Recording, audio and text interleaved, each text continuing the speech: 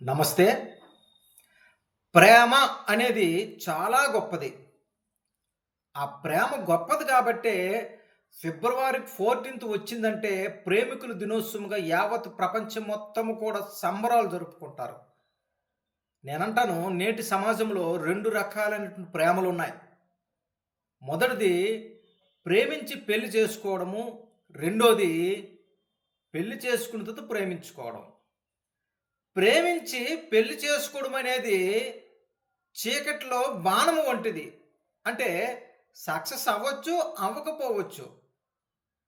కానీ పెళ్లి చేసుకున్న తర్వాత ప్రేమించుకోవడము, ఇరువురు భార్యాభర్తలు ప్రేమించుకోవడం అనేది 100కి 100% సక్సెస్ అవుతుంది.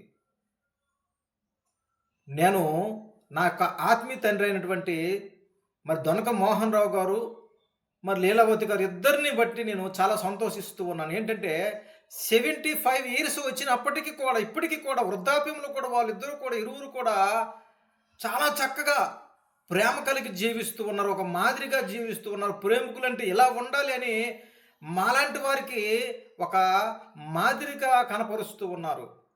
కాబట్టి ప్రేమలో పడ్డవారు జాగ్రత్త. నీ ప్రేమ ఎటువైపు వెళ్తూ ఉంది? నీ ప్రేమ శాశ్వతముగా ఉండగలుగుతుందో లేదో, నీ ప్రేమ సక్సెస్ అవుతుందో లేదో జాగ్రత్తగా ఆచితూచి ముందుకు నువ్వు వెళ్ళాలి. నువ్వు అనవసరమైనటువంటి ప్రేమలో నువ్వు పడినట్లయితే నీ జీవితానికి నష్టమే.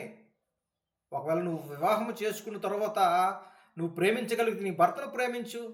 నువ్వు ప్రేమించగలిగితే నీ భార్యను ప్రేమించు.